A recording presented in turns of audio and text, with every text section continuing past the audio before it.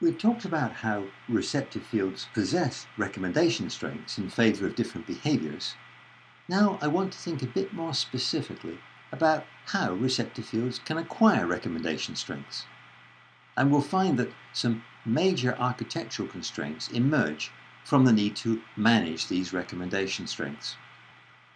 Remember, a complex learning system has to support associations between receptive field detections and behaviours. The receptive fields are mostly defined heuristically and change somewhat over time with some strong constraints on how they change. The range of available behaviours on a very detailed level, like individual muscle movements for example, might in some circumstances be specified genetically by the muscles that are actually there. But usually, actual behaviours needed by the system are going to be combinations and sequences of those individual muscle movements, and many of these combinations and sequences will have to be defined heuristically. Although a bit of a priori information could be available to guide the associations between receptive fields and behaviours, the primary source of information is the consequences of behaviours, the reward feedback that follows a behaviour, which of course could be positive or negative. An absolutely critical consideration is that consequence feedback can't be used directly to guide changes to receptive fields. And the reason for this is that consequence feedback is the result of the recent behaviour. But a receptive field recommends many different behaviours. So changing a receptive field in response to some consequence feedback may improve the field for the most recent behaviour, but will almost certainly make it worse for most of the other behaviours the receptive field also recommends. So how can a system associate receptive field detections with behaviours?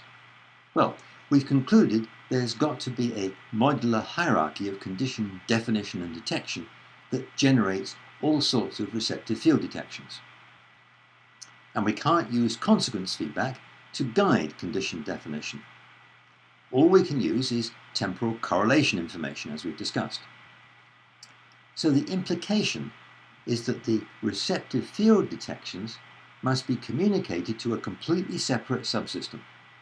And for various reasons I'll talk about later, that subsystem will be in the form of a component hierarchy.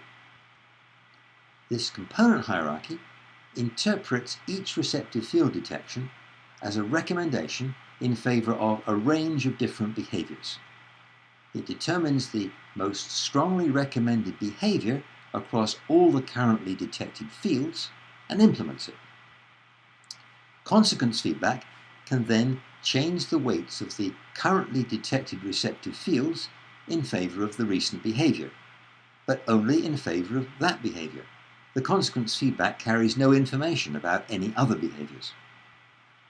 So a complex learning system is constrained into a primary physical resource separation between a modular hierarchy that I'll call clustering, that defines and detects receptive fields, and a component hierarchy, which I'll call competition, that selects behaviours by a competitive process between all the currently recommended behaviours.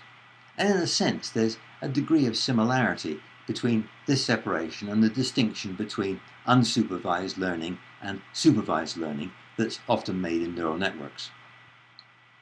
These two subsystems perform different types of information processes. Clustering performs the condition definition and detection processes, which, as I mentioned, are strongly entangled. Competition performs the behaviour recommendation processes, determining the behaviour with the largest total recommendation weight, implementing that behaviour, and adjusting the recommendation strengths appropriately. Now note there's an analogy with computer systems, where there's also a major separation between two subsystems, performing two different types of information processes, although the actual processes are qualitatively different between electronic systems and brains.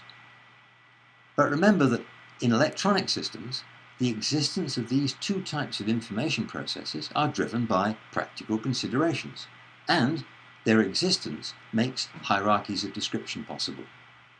In just the same way, the existence of these different two types of information processes in complex learning systems is also driven by practical considerations, and their existence makes hierarchies of description possible in brains.